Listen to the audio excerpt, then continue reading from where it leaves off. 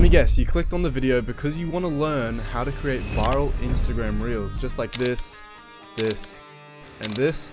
Well, this video is exactly what you need because I'm going to go on a full in-depth guide on how I create mine. Before we get started, I'm going to give you guys an Instagram Reels workflow sort of sheet right here that I'm just going to make just to help you guys sort of structure how you're going to edit your Reels. So step one is just your basic cuts. So anytime you're talking and you mess up a take, cut it out. Anytime there's a lot of dead space, you can just cut that out. So step two is slow zooms. So if you're ever watching a video and you kind of see the camera sort of zooming in and then when it cuts, it pulls back and zooms in again. And that's the next step I do. Third step is I use Premiere Pro's auto captions and I generate captions for my videos. And there's a reason I do my captions now and not later. So stick around. Step four is my graphics/effects. So if I want to show something on screen to back up what I'm saying. Number five is animating the graphics and effects. So slides, zooms, all that stuff, just doing that onto my effects. Number six is just sound design. So all of the animations and graphics and whatnot, they need to have sound to sort of immerse the viewer more. So that's just what I do. And lastly, music if needed. Not all reels need music, but depending on what it is. Okay, so that is a workflow with terrible handwriting. So you might want to pause the video, take a little screenshot, take these down and sort of maybe write them in your own words because I can barely read that. So yeah, that's it. All right, so now that we're in Premiere Pro, you want to select where your footage is. So mine's here. I'll just select my talking and then this is my audio as well. Project name, I'm just going to do Reel 5. And then you just select your project location. Now, once you guys have loaded into Premiere Pro, your screen and your workspace would look a little bit different to mine. It would probably look something a little bit more like this. Because a short form video is up and down, it's not the best view. So I'm gonna show you guys how to fix it. Bring your timeline over here. I like to bring my project up here, just beside the screen. And then this whole sort of box down here, just bring it up to the top right. And then I'm just gonna bring the timeline across here, drag this across, so you get that. Okay, so I've just brought this over here, and I'm gonna grab this whole box and bring that there. Once you've sort of done all your moving around and moving the effects, essential graphics, these three are really important up here. You'll get a perfect view of what you're actually doing. So like I said, step one is your basic cuts. So as you can see on my timeline, I've got two separate things. I've got my audio here and then I've got my actual speaking video there. What I'm just going to do is I'm going to unlink and delete that. And then I'm just going to synchronize the two audios here. Alright, that sounds pretty synced. I'm going to unlink this. Delete, drag up. So now, like I said before, step one is my basic cuts. All right, so what I do for my cuts is I like to go really close. Click C on your keyboard to get the cut tool. Cut pretty close right there and there. Then V, select, backspace. And then as we can see, if I just select the blank space and backspace, it merges it down. So now we've done step one, which is the basic cuts. So step two is to add the slow zooms. So we're going to go up to the project and click new item.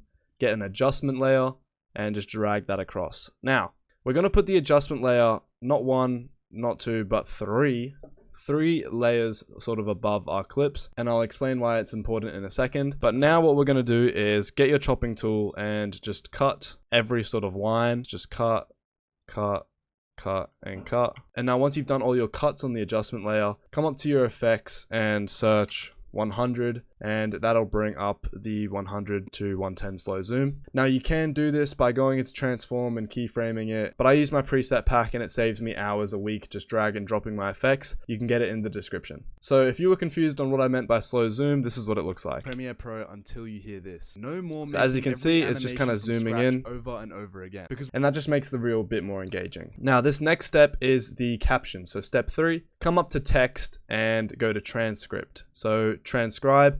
And now you just wait a second. Usually, because the transcribing takes like a minute or so, I would do step 2 and 3 together. So I drag this, do the cuts while also transcribing at the same time. But because I'm doing a tutorial and teaching you guys, I just thought I'd slow things down. Perfect. So now you can see that Premiere Pro has gone ahead and just transcribed your entire video. So come over to this captions tab and click create captions from transcript. Now you guys can figure out what you like, but just in my case, what's worked the best for my captions is drag this maximum length in characters all the way down, maximum duration and settings all the way down, and keep the lines single. So this means that the captions are going to be short, the captions are going to be snappy because they're short in duration, and the lines are going to be single, so you won't be getting any double paragraphs. And then just click create captions. Now what's going to happen is you're going to get this weird sort of yellow layer right here with the captions, and as you can see, they're just down the bottom there and they look pretty bad. So what we're going to do is double click them and then go to your essential graphics. This will bring them up in the essential graphics tab. Center them. So in this little zone area, click center. And then what we're going to do is we're going to, don't touch this one, but we're going to touch this value. And I like 350. So 350 is usually my go-to. That just kind of puts it sort of just below the middle in a nice area for the viewer to see. And then this is my personal preference. So captions, you can do absolutely whatever you want, but this is just exactly how I do it. I take the shadow off, I go to my text, and I use the font condensed extra bold, which you guys can also get in the description. And then for the size, I do 62. Not sure why I use such a specific number, but that's just the one I use.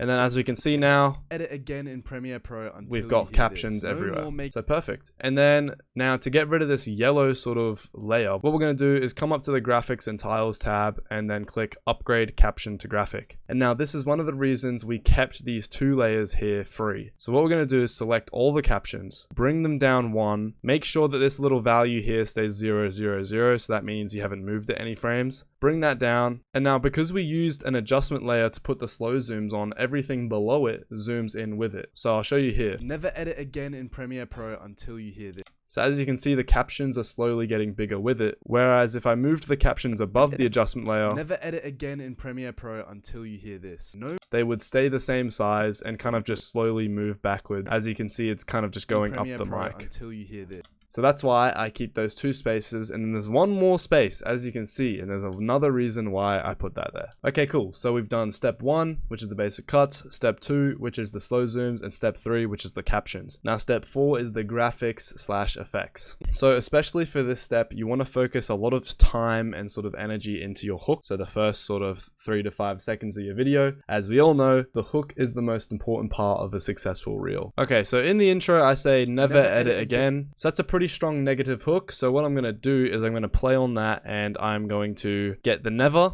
I'm going to go to my essential graphics, click here, change the font to Unisans, which is a font I use. And again, you can get that in the descriptions. So as we can see, never, I'm going to make this a little bit bigger. And then I'm going to change this to Bebes Nue and make that bigger as well. So as we can see here, never edit again. And now the next step, we will be animating these. So it looks kind of bland right now. We're just setting the foundation. So right here, I say Premiere Pro. So I'm going to use the Premiere Pro logo just as a little graphic. I'd recommend once you start using the logos a lot more, when you mention stuff, you build a little library of PNGs like I have. So I'm just drag that Premiere Pro logo in to out, only do a little small section, and then here we have it.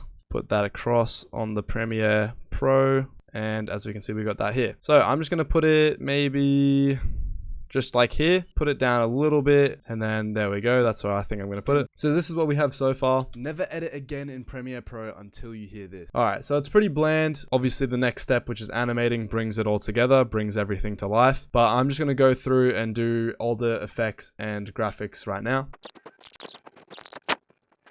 So like I said earlier, you might have been wondering why we had that one extra space just below the subtitles. We use this space to put graphics or to put B-roll footage. So for example, if I wanted to use the B-roll here, and then I can just cut it, easy drag and drop, and that's why we keep that extra little space. Alright guys, so I've done all of my graphics and text effects. Now it's just time to animate them. Never edit. So as you can see, never, I want that to come up the screen. So what I'm going to do is I'm going to come to my effects, search slide in up, and drag that one on. And so now that'll just shoot that up.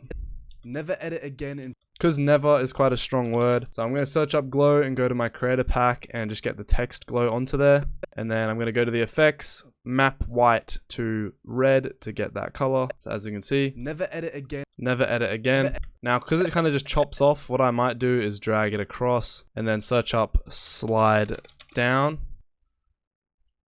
And then that'll just slide down. Never edit again. So there we go, nice and easy. Never edit again in Premiere Pro. So Premiere Pro, what I want that to do is slide in left, so come from the left side. So I'm going to drag it out a little bit to give it some space to slide across. And then go to my effects and search slide in left in Premiere Pro. So that comes in a bit quick, so what I'm going to do is click on it. And I'll see these two keyframes. I'm just going to drag it across to make it a little bit slower. Premiere Pro there we go. Until you hear this. So what I'm going to do is I'm going to drag it out a little bit as well. I'm going to search up slide out right, and just drag that on. So this is what we got. And in Premiere Pro until you... So a nice little animation. We got an image here that is quite sharp on the corners. So I'm going to come up to my effects and search up rounded. And now we have rounded corners images. So that's like square ones. Or we have rounded corners rectangles. So if the graphic is a rectangle, we'd use that one. But for this instance, it's a square. So we're going to use the images and just drag it on, and then that creates a softer edge around the corner. And if I wanted to change that edge, I can just use this border, this little digit here, and just adjust that. So I'll probably go around there, and I might actually crop it, so I'm just going to drop that on. And there we go, it's all cropped. And I'm going to go shadow to give it a drop shadow, drag that on, and then I might just change the direction a little bit and put the opacity sort of down. Now the graphic is blocking the text, so I'm just going to bring it down a little bit. We're actually just going to put it in the corner. Alright, so as you can see, with the complete creator pack, it kind of comes into out. So what we're going to do is we're going to do a slide in up. So again, take the end of it and drag it out a little bit just to give it some space. Search slide in up, and then put that on. With the complete creator pack, and then I'm going to give it a little bit more space on the end, and then I'm going to go slide down out and just take that. With the complete creator pack, all you have to... So that's looking pretty good. And right here we got a slide up, and I'm going to put a little glow onto the 30. So I'm going to search glow, get my text glow, go to the effects panel, and then map white to green. And then I'm going to slide down out both of these. And so if you look here, you can see that it starts sliding down before the next text appears. So I don't want that. So what I'm going to do is I'm going to get rid of the slide down, select them both and drag them out a little bit longer, and then put the effect back on. And now as you can see, the text appears just behind it. So that's good because it creates a little transition just like this. Effects and simply drag and there we go. As you can see, it kind of slides down and then the new text is just already there. Effects and simply drag and... Alright, so I've done my graphics, my effects, and the animations, and now it is time to do some sound effects. So what I'm going to do is I'm going to go to my sound effects library here, which you can also get in the description, completely free. My main effects are the riser. So I'm going to grab my riser, and then I use the mouse click effect for sort of transition type stuff. And if an effect is ever too loud, just right click it and go to audio gain and just do like -5 to -10. And then I just added a little adjustment layer here because I'm going to add a zoom out intro just to zoom out, as you can see. Never edit again in Premiere Pro. And then I use a whoosh for sort of the sliding around sound effects.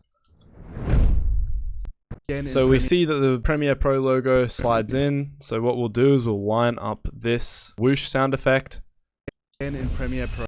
So if you hear that there, in Premiere, it whooshes in. Pro and then we'll do it again for the other side as it whooshes out. To duplicate your sound effects, just click it, hold Alt, and just drag it across. So now we get this. Again in Premiere Pro until you hear this. No more. Pretty good. So as we can see, we've got a little structure going on here. If something slides in, use the whoosh. If it's a transition or a big text, you can use the camera shutter or the mouse click. So I'm just going to go ahead and just do the rest of my sound design.